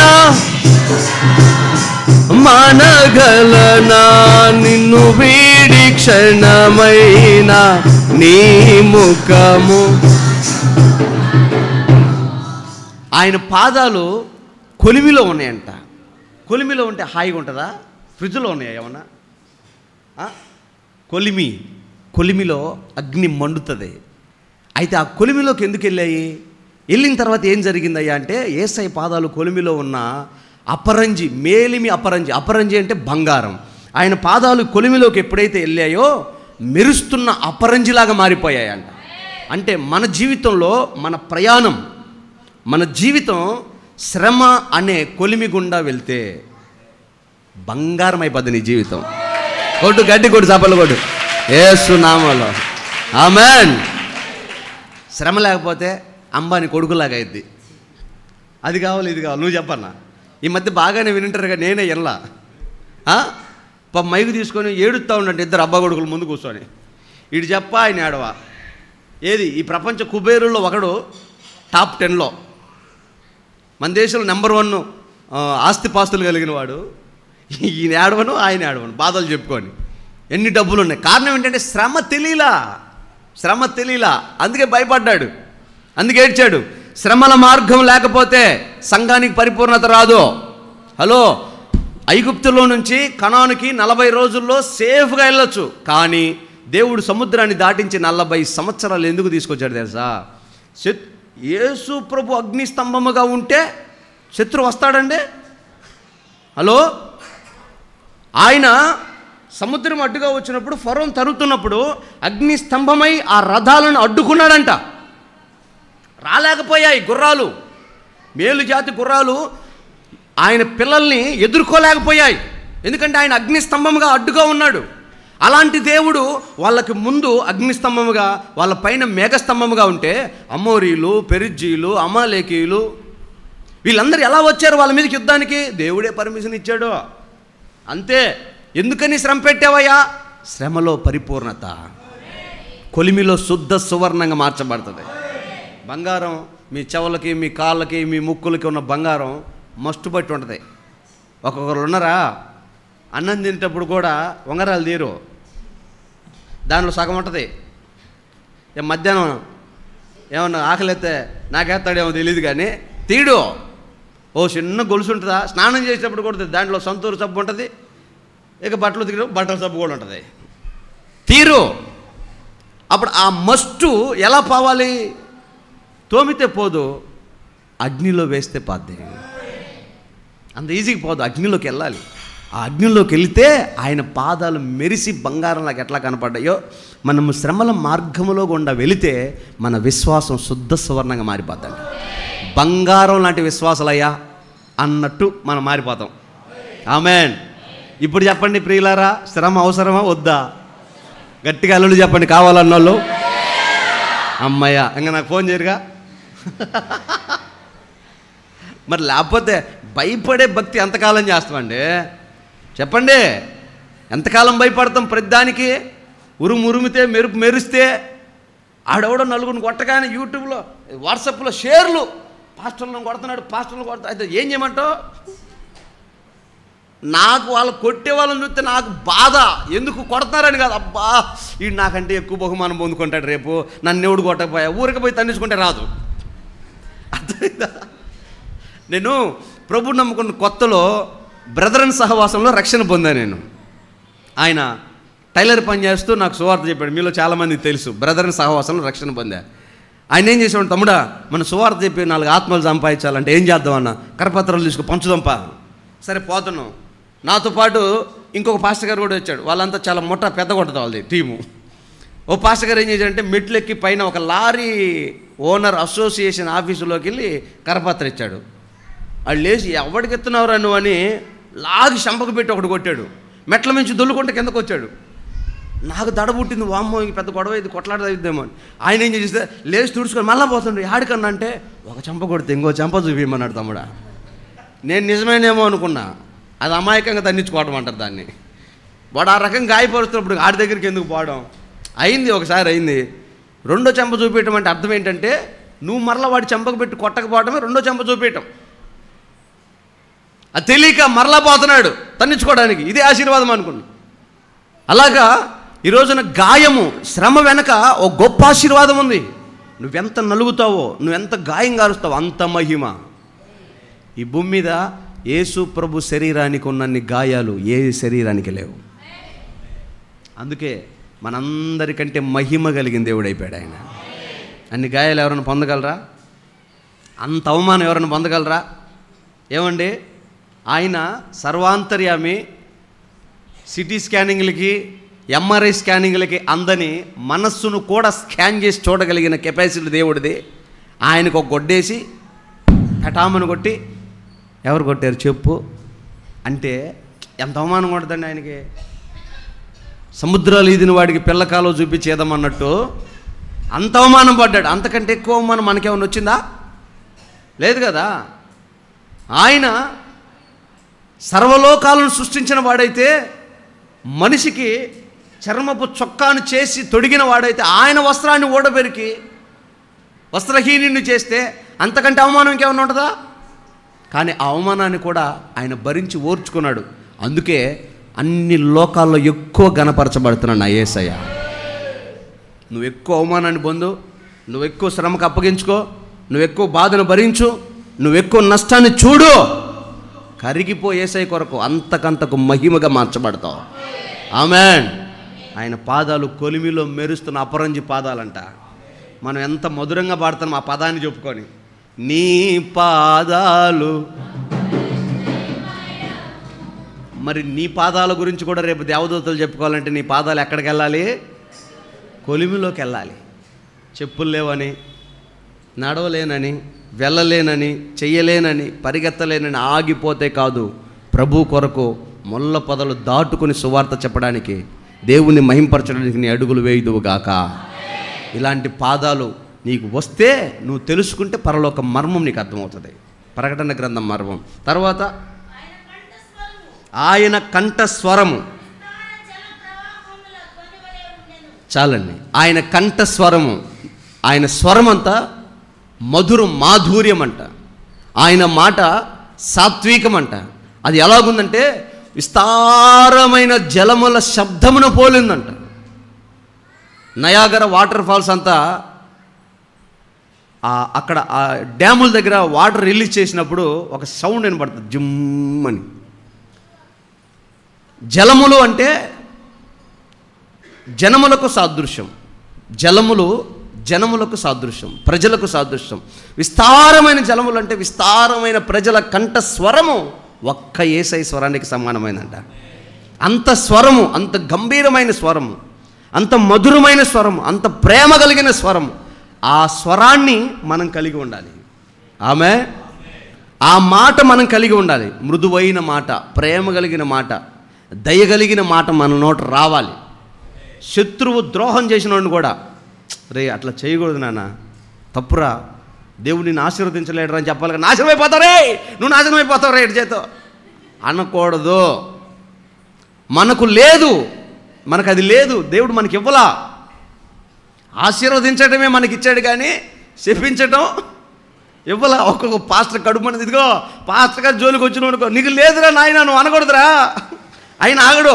పాస్టర్ గారు జోలికి వచ్చి నువ్వు నాశనం అయిపోతావు. లేదు, మనకు విశ్వాస అయినా పాస్టర్ అయినా ఎవరి జోలి వచ్చినా, ఎవరి జోలికి వచ్చినా మనమైతే ఆశీర్వదించాలి. ఒకవేళ దేవుడు కోప్పడితే వాడిని సంగతి దేవుడు చూసుకుంటాడు, మనకు అనవసరం. కానీ మనముగా ఎవరికి క్రోధంతో, కోపంతో, ఆవేశంతో, గంభీరమైన శబ్దంతో తీర్పు తీర్చకూడదు. ఆయన స్వరమును పోలి ఉండాలి. ఆయన స్వరము సాత్వికమైన పరిచర్యలు నీవి, సూర్యకాంతిమయమైన వరములు నీవి, మధురమైన నీ మాటల సౌవడి వినగా నిన్ను చేర జన సంద్రము ఆశ చెందని ప్రభువాని. ఆయన స్వరం వంటి స్వరం మనం కలిగి ఉందముగాక. తర్వాత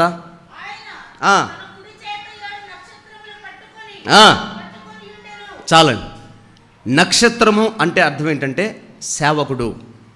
ఆయన ఏం పట్టుకొని ఉన్నాడంట? నక్షత్రములను పట్టుకోనండి. 7 అంటే సంపూర్ణత. 7 అంటే మళ్ళీ చెప్తున్నా కదా, సంపూర్ణత. ఇప్పుడు అదే 2 అడుగులు వేయండి అంటాం, 2 అడుగులు వేస్తామా? 4 మాటలు చెప్పండి అంటాం, 4 మాటలు చెప్తామా? 7 అనేది సంపూర్ణతకు సాదృశ్యం. ఆయన సేవకుల గుంపును పట్టుకొని ఉన్నాడంట. ఆ ఎక్స్పీరియన్స్, ఆ అనుభవం సంఘంగా మనకు ఉండాలి. మనం సేవకుణ్ణి విడిచిపెట్టకూడదు, సేవని వదిలిపెట్టకూడదు, విశ్వాసాన్ని పోగొట్టకూడదు. నమ్మకంగా సేవకుడితో పాటు అపోస్తలుడైన పౌలు అంటాడు కదా, అలెగ్జాంద్రు అనేవారు నాకెంతో సహకారులుగా ఉన్నారు, క్లెమెంతో అనేవారు నా పరిచర్లు ఎంతో సహకారులుగా ఉన్నారు, వారి పేర్లు జీవగ్రంథమందు రాయబడి ఉన్నవి, ఖచ్చితంగా వారికి పరలోకంలో ఉంది అని. అలాగే సేవకులకి మనం సహకారులమై సేవకుని పట్టుకొని ఉండాలి. ఆడబోతే నాకెందుకు, ఏమైపోతే నాకెందుకు, విడిచిపెట్టకూడదు. ఎందుకంటే మన కొరకు దేవుడు నియమించి కావలివాణిగా ఉంచాడు. మనం కాకపోతే ఎవరండి? ఇప్పుడు ఈరోజు మొన్న మధ్య నేపాల్ నుంచి వచ్చిన ఒక వాచ్మెన్ ఉన్నారు, గుర్ఖా వాళ్ళు ఉన్నారు, రాత్రిపూట తిరుగుతూ ఉంటారు. వాళ్ళ దేశం కాదు, వాళ్ళ ప్రాంతం కాదు, వాళ్ళ భాష కాదు. ఇక్కడికి వచ్చారు, ఏదో ఉన్నారు, రాత్రికాలం ఆ షాపులకి వాటికి కాపలా కాస్తూ ఉన్నారు. వాళ్ళ జీతం ఎవరు ఇవ్వాలి? ఏ షాప్ ఓనర్ ఉంటే ఆ షాపే ఆయనే కదా, వాళ్ళే కదా అతని పోషణ చూసుకోవాలి. ప్రమాదవశాత్తు పిడుగుబడి చనిపోయాడు. అతనికి ఎవరు దిక్కు లేరు. సో ఎవరి కొరకైతే అతని జీవితాన్ని త్యాగం చేశాడో వారే అతనికి ఎంతో కొంత, వాళ్ళ పిల్లలకు కొంత ఫిక్స్డ్ డిపాజిట్ డబ్బు ఇచ్చి ఏదో సాయం చేశారు. ఒక అన్యజనులే యోగ్యము కాని ఒక వ్యక్తి పట్ల అంత బాధ్యత కలిగి ఉంటే సంఘము సేవకుడి పట్ల బహుబాధ్యత కలిగి ఉండాలి. అందుకే సేవకుడిని యేసుప్రభు ఎలాగ పట్టుకొని ఉన్నాడు. నక్షత్రము అంటే సేవకుడు అని అర్థం. మీరు ఇంకా చెప్పాలంటే సేవకుడే కాదు, ఎవరు నశించిపోతున్న వారిని దేవుని వైపు త్రిప్పే పనిలో ఉంటారో వారు తేజో నక్షత్రాల వల్ల ప్రకాశిస్తారంట. అలాంటి వారిని మనం పట్టుకోవాలి, వదిలిపెట్టకూడదు. కొంతమంది చూడండి కులాన్ని పట్టుకుంటారు. ఆ పాస్టర్ గారు మా మామేనండి, అయితే ఆయన మాట మంచిది కాదు, ఆయన పద్ధతి మంచిది కాదు, ఆయన చేసే క్రియలు మంచిది, ఆయన ఎందుకు పట్టుకున్నావు? మా మామండి ఎట్టపోగొడతాం, కథం, మా తాత అండి, మా ఊరండి, ఇలాంటి చెప్తూ ఉంటారు. వాళ్ళని కాదు, నక్షత్రాలు అయిన సేవకుల్ని పట్టుకోవాలి, దేవుని కొరకు వెలుగుతున్న వారిని పట్టుకోవాలి. అలా పట్టుకునే అనుభవం సంఘంగా మనకు కూడా ఉండునుగాక. ఎప్పుడైతే ఈ ఎక్స్పీరియన్స్ మనకు ఉంటుందో 2వ అధ్యాయంలోకి దేవుడు తీసుకెళ్తాడు. ప్రకటన గ్రంథాన్ని విప్పుతాడు. ఎందుకని చెప్తా, తర్వాత చదవమ్మా. 2 అంచులు గల వాడి అయిన ఖడ్గము ఒకటి,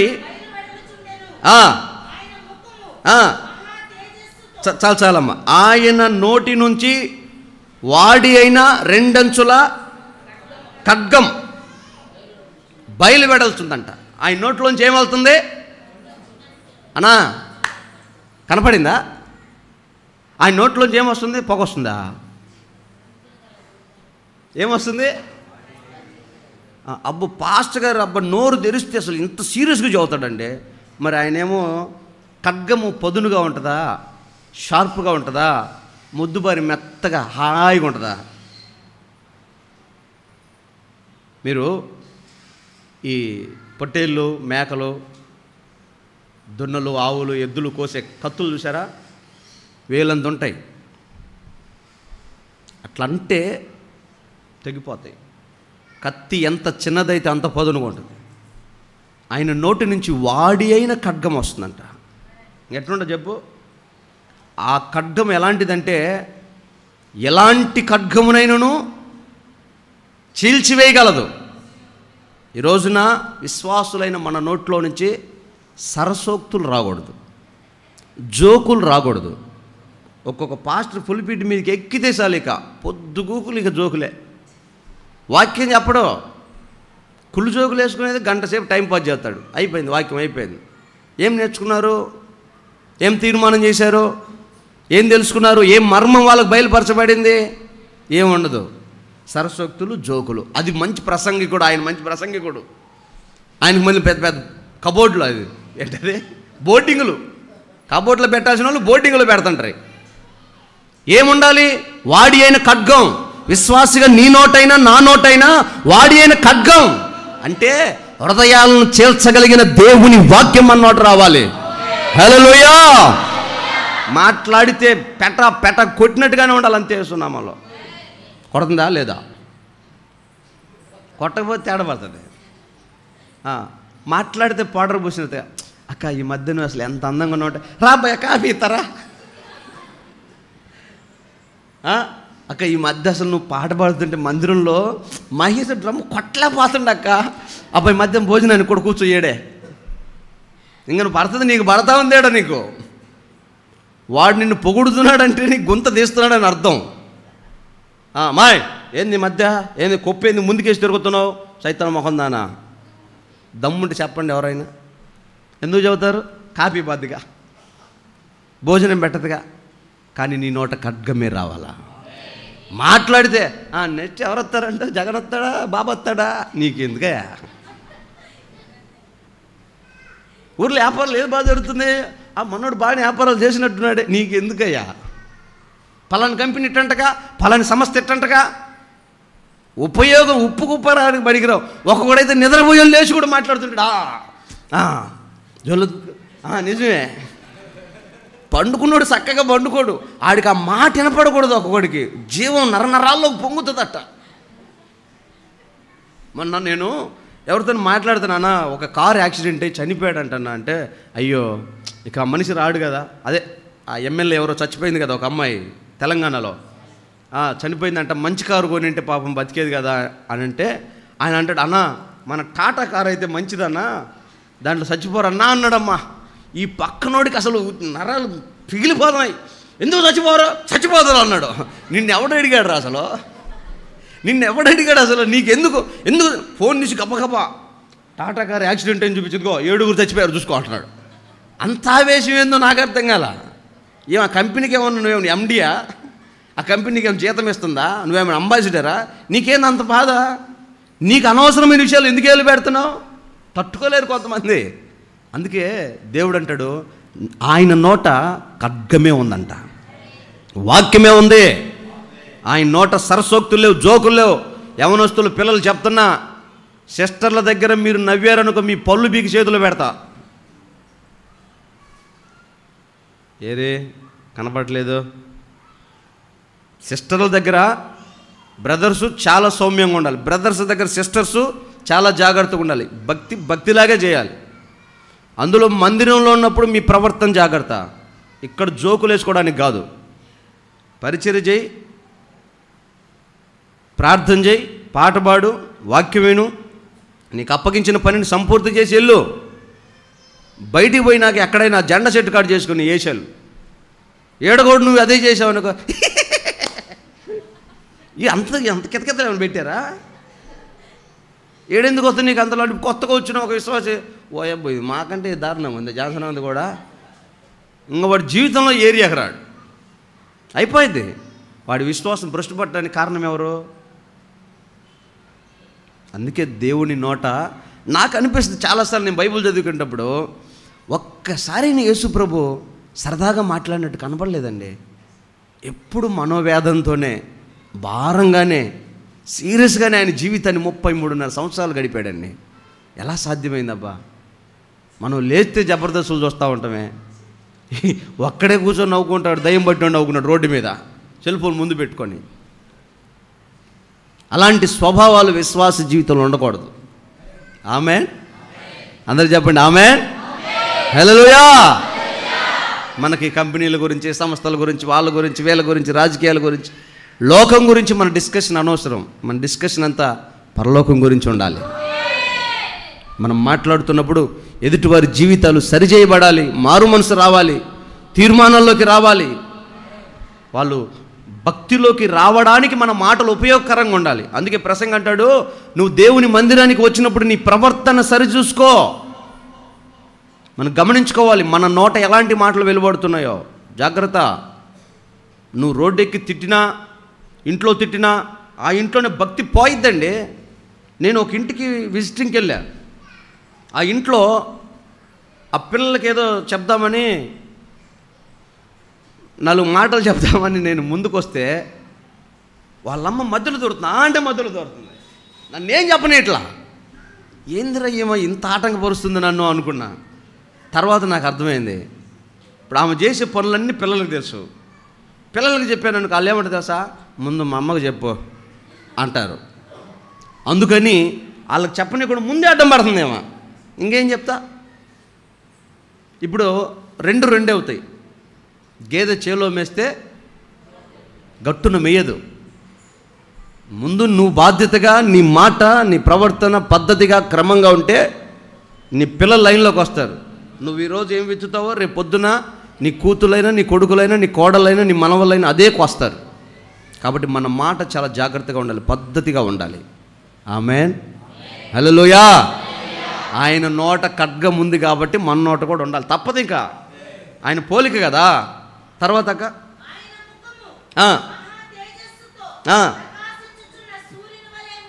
ఆమేన్. ఆయన ముఖము ప్రకాశిస్తున్న సూర్యుని తేజస్సు. పరలోకంలో వెలుగివ్వటానికి సూర్యుడైన చంద్రుడైన ఉండరు, కానీ ఆయన నీతి పరలోకానికి ప్రకాశంగా మారిద్దంట. రేపు మహిమ ఎలాగుంటుందండి? ఇప్పుడు నక్షత్రాలు ఉన్నాయండి ఆకాశంలో.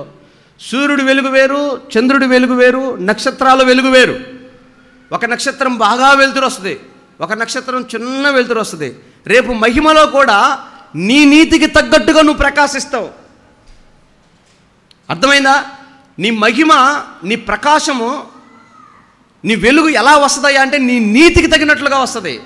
ఆయన సూర్యుని వలె ప్రకాశిస్తున్నాడంట. ఇప్పుడు భూమి మీద ఈ విశ్వంలో సూర్యుడి కంటే పెద్ద జ్యోతి లేదు. ఓకే, మనకు కనబడుతుంది అదే. దేవుడు అందుకే దాంతో పోల్చాడు.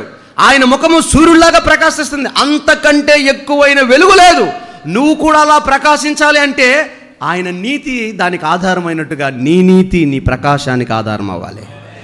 నీతి తప్పితే, యథార్థత పోతే మీ ఇష్టం. నాకు ఈ మధ్యకాలంలో కొంతమంది వారి జీవితాల గురించి వింటూ ఉన్నప్పుడు, మన చర్చిలో కొంతమంది ఉన్నారండి, చాలా నీతిగా వాళ్ళ ఉద్యోగాల్లో కానీ వాళ్ళ వ్యాపారాల్లో కానీ చాలా నీతిగా ఉన్నారు. వారి నీతిని చూసినప్పుడు ఒకవేళ వాళ్ళ సంపాదన తక్కువ అవ్వచ్చు, కానీ వారి నీతి వారిని గణపరుస్తుంది ఒకరోజు.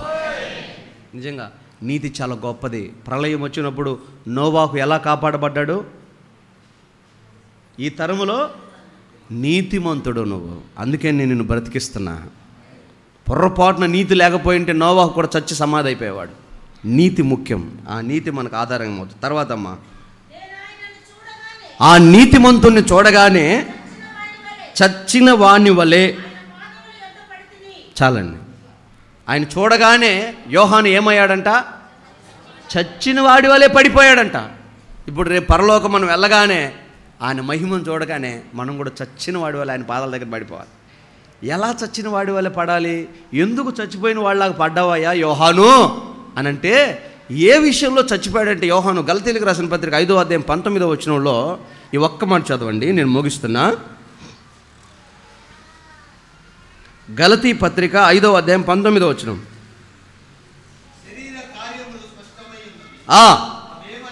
శరీర కార్యాల విషయంలో నువ్వు చచ్చిపోవాలి.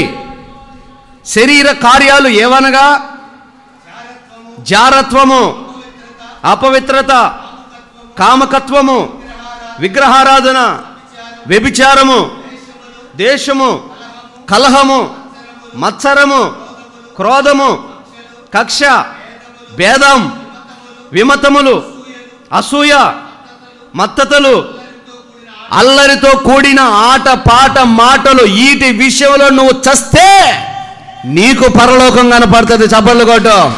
ప్రకటన గ్రంథం అర్థమవుతుంది, ప్రత్యక్షత బయలుపరచబడుతుంది, సింహాసనము దొరుకుతుంది. వీటి విషయంలో చావాలి విశ్వాసి. అందుకే యోహాను చచ్చిన వాడి వల్ల ఆయన పాదాల దగ్గర పడిపోయాడంట. ఈరోజు సంఘంలో చూడండి, బాప్తిసం తీసుకొని ప్రభువు నమ్ముకొని వాక్యం వింటూ కూడా ఇప్పుడు చదువుకున్న ఈ ఎక్స్పీరియన్స్ అన్నీ ఉంటున్నాయి. ఒక విశ్వాసం చూస్తే, సహోదరుని చూస్తే, ఇరుగు పొరుగు వాళ్ళని చూస్తే, వాడి మేలు చూస్తే తట్టుకోలేరు. అసూయ, పొద్దుగూకులు. ఈ కుక్క తోక పట్టుకున్నాడు కదా, సామెతలో చెప్తాడు, కుక్క తోక పట్టుకునేవాడు కలహమును రేపువాడని. మరి దారిని పోయి కుక్క తోక పట్టుకుని అది ఊరుకుంటుందా? పొద్దుగూకులు రేపుతూ ఉంటారు. నువ్వేం తెచ్చావు, నువ్వేం పెట్టావు, నువ్వేం సంపాదించావు, నువ్వు ఆడ చూ. ఒక రాగానే బాగునేవారు. పొద్దుగూకులు ఉనికి భార్య అంట ఎడతెరిపి లేని వాన బిందువు లాంటిదంట. అంటే మా వాళ్ళు కూడా తక్కువ వాళ్ళు కాదులేమ్మా, చూడటానికి అట్టు ఉంటారు, కానీ హింసిస్తుంటారు కొంతమందిని. టార్చర్ పెడతా, చచ్చిపోవాలనిపిస్తుంది. ఒక ఆమె చెప్తే నాకు విన్నాను, లేకపోతే నాది లేదు, నేను ఎప్పుడు పెట్టలేదులే. నాకెందుకు వచ్చిన గొడవ, కానీ నేను ఎవరిని పెట్టలేదు, నేను ఎప్పుడు పెట్టలేదు. కానీ కొంతమంది ఉంటారంట, ఈ ఫోన్ ఎందుకు వచ్చింది, ఈ నెంబర్ ఎవరిది, కంపెనీవాడు కూడా చేసిండు, కంపెనీవాడు కూడా చేయకూడదా అండి, వాడితే నీకేం పని, కంపెనీవాడు ఎందుకు చేస్తాడమ్మా. ఉండరు అట్లాంటి మహానుభావులు కూడా. కలహములు రేపుకునేవాడు, విభేదములు పుట్టించేవాడు, దగ్గరది దూరంది, దగ్గరోడు దూరమోడు, ప్రేమించేవాడు, పెట్టేవాడు, తీసేవాడు, లాక్కునేవాడు, అడుక్కునేవాడు, నా దగ్గర లాక్కపోతూ ఉంటాడు వీడు, నాకు పెడతా ఉంటాడు వాడు. ఇలాంటి విభేదాలు పుట్టించి కామకత్వము, వ్యభిచారము, విగ్రహారాధన, జారత్వము, మనుషుల హత్యలకు కారణాలు దారితీసే ఇవన్నీ. వీటి విషయంలో నువ్వు చచ్చిపోకపోతే నీకు పరలోక ప్రత్యక్షత కనపడదు. నీకు పరలోకం లేదో, నువ్వు భూమి మీదనే. అమ్మా, ఖడ్గం బయలు వెడలుతుందా? హల్లెలూయా. నువ్వు పరలోకం రావాలి అంటే వీటి విషయంలో చచ్చిపోవాలి. ఇంకా నువ్వు దుంపలు తింటావో, మట్టి తింటావో, ఉప్పు కారం తగ్గించుకుంటావో నాకు సంబంధం లేదు, నీ ఇష్టం. జయించగలిగితే మంచిది, జయించలేకపోతే ఇవన్నీ తగ్గించుకోవటమే. కాబట్టి లోకము, లోకాశలు గతించిపోయే రోజుల్లో నిన్ను నువ్వు కాపాడుకొని ప్రభు ఎదుట వీటి విషయమై చచ్చిన వాళ్ళ వల్లే నువ్వు పడితే, అప్పుడు యేసయ్య ఏమంటాడు తెలుసా? చచ్చిన వాళ్ళ వల్లే నేను పడితిని,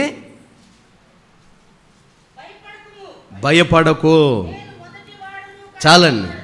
ఆయన అంటాడు భయపడకు. తన దక్షిణ హస్తాన్ని చాపి, చదవమ్మది, తన కుడి చేతి, ఆయన తన కుడి చేతిని చాపి, భయపడకు, నేను మొదటి వాడను కడపటి వాడను, మృతుడనైతిని కానీ సజీవుడినై ఉన్నాను. చాలండి. నువ్వు చచ్చిన వాని వల్ల ఎప్పుడైతే పడతావో, కాళ్ళ కింద పెట్టుకునేవాడు కాదు నా ప్రభు, కాళ్ళ దగ్గర ఉండమని చెప్పేవాడు కాదు, కింద కూర్చోమని చెప్పేవాడు తక్కువవాడని కాదు. నిన్న ఒక ఫోటో చూసా, 2024, రేపో ఎల్లుండో రోబోలు వచ్చి బ్యాంకులో పనిచేస్తున్నాయి, రోబోలు వచ్చి కాపలా కాస్తున్నాయి, రోబోలు వచ్చి వరి నాటుతున్నాయి, రోబోలు వచ్చి అన్ని పనులు చేస్తున్నాయి. మనిషికి పని లేకుండా చేసే కాలంలోకి వచ్చాం. చీఫ్ మినిస్టర్కి ఏమో పెద్ద కుర్చీ వేసి డిప్యూటీ సీఎంకేమో పేటేశాడు.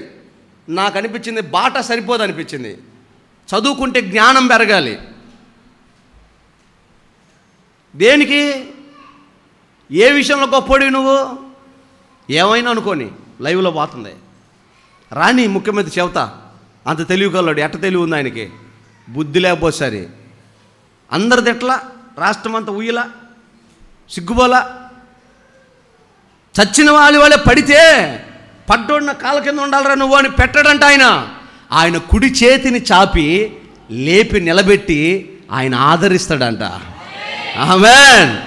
ఆయన చెప్తాడు భయపడకో, నేను మృతుడనయ్యాను కానీ యుగ యుగములు సజీవుడనే, నేనే మొదట నేనే చివర, నేనే నీతో ఉంటా. భయపడకో. నువ్వు పడితే నీకు ఆ మాట చెప్తాడు, నువ్వు తగ్గించుకుంటే నీకు ఆ మాట చెప్తాడు. వీటి విషయంలో నువ్వు చచ్చిపోతే నీకు ఆ మాట చెప్తాడు.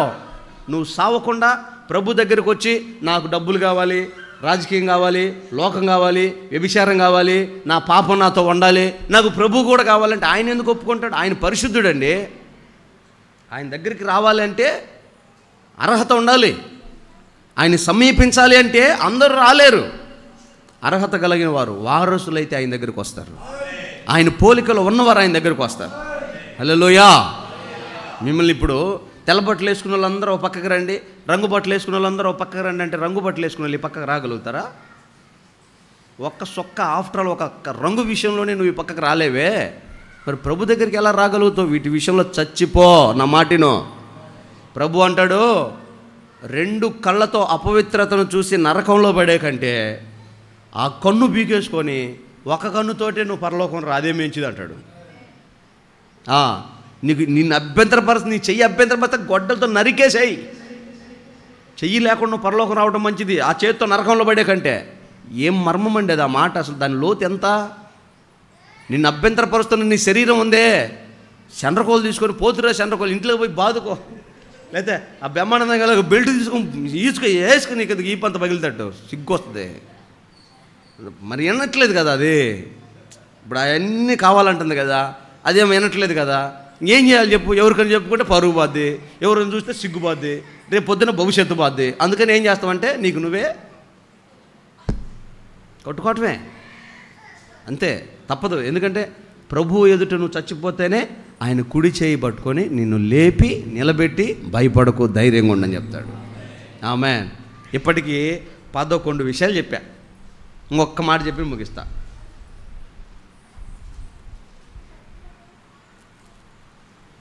చదవం, కంటిన్యూషన్ చేయి. నేను సజీవుడను మరియు మరణము యొక్కయు పాతాళము యొక్కయు తాళపు చెవులు. ఆమేన్. చాలండి. చివరిగా నోటీస్ చేసిన మాట ఏంటంటే, మరణానికి పాతాళానికి తాళపు చెవి నా దగ్గర ఉంది. అంటే మరణాన్ని తప్పించుకోవాలంటే తలుపు ఎవరు తీయాలి? పాతాళాన్ని తప్పించుకోవాలంటే తలుపు ఎవరు తీయాలి? ప్రభు తీయాలి. ఆ ప్రభు దగ్గర ఇవి ఉన్నాయి కనుక మనం ఆయన పోలికలోకి రావాల్సిందే, ఆయనలాగా మారాల్సిందే. పరలోకంలోకి నువ్వు వెళ్ళి అవి తెలుసుకోవాలి అంటే, ఆ మర్మం నీకు తెలియాలి అంటే, రేపు జరగబోయే సంగతులు నీకు అర్థం అవ్వాలి అంటే ఇవి నీ యొద్ద కూడా ఉండాలి, ఈ అనుభవాలు నీకు కూడా ఉండాలి. అప్పుడు ఆయన నిన్ను చెయ్యి పట్టుకొని ఎత్తైన శిఖరం మీదకి తీసుకెళ్ళి గ్రంథాన్ని విప్పి ఆ గ్రంథంలో ఏమున్నాయో అన్నీ మనకు బట్టబయలు చేస్తాడు. ఆమేన్.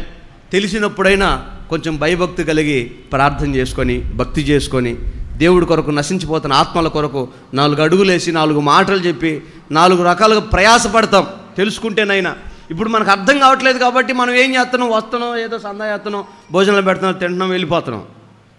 నిన్న ఒక ఆయన కానుకలు లెక్క పెట్టమని చెబితే, అన్న నాకు షాపులోకి చిల్లర దొరకట్లేదు, మరి ఇళ్ళకేడ దొరుకుతున్నాయి 10 రూపాయలు అని అంటున్నాడు. మరి ఏడ దొరికించుకొని వస్తున్నారు? నీకు తెలియక, తెలుసుకుంటే నా వల్లే మారిపోతావు యేసునామాలో. నీ జీవితాన్ని యేసయ్యకి అప్పగించి నీ జీవితకాలం అంతా సత్య సువార్త ప్రకటిస్తావు యేసునామాలో.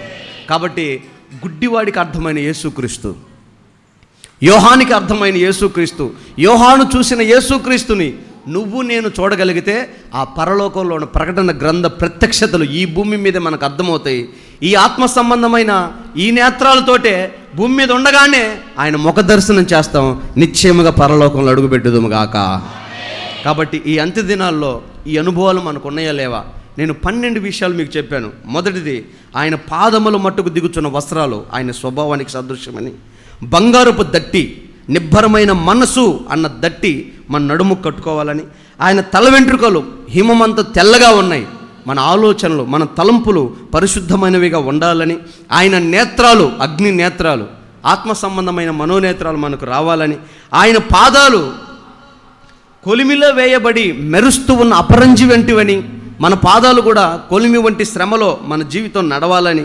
ఆయన స్వరము విస్తారమైన జలముల శబ్దమని, మన స్వరము కూడా మృదువుగా, సాత్వికముగా, ప్రేమగా మారాలని.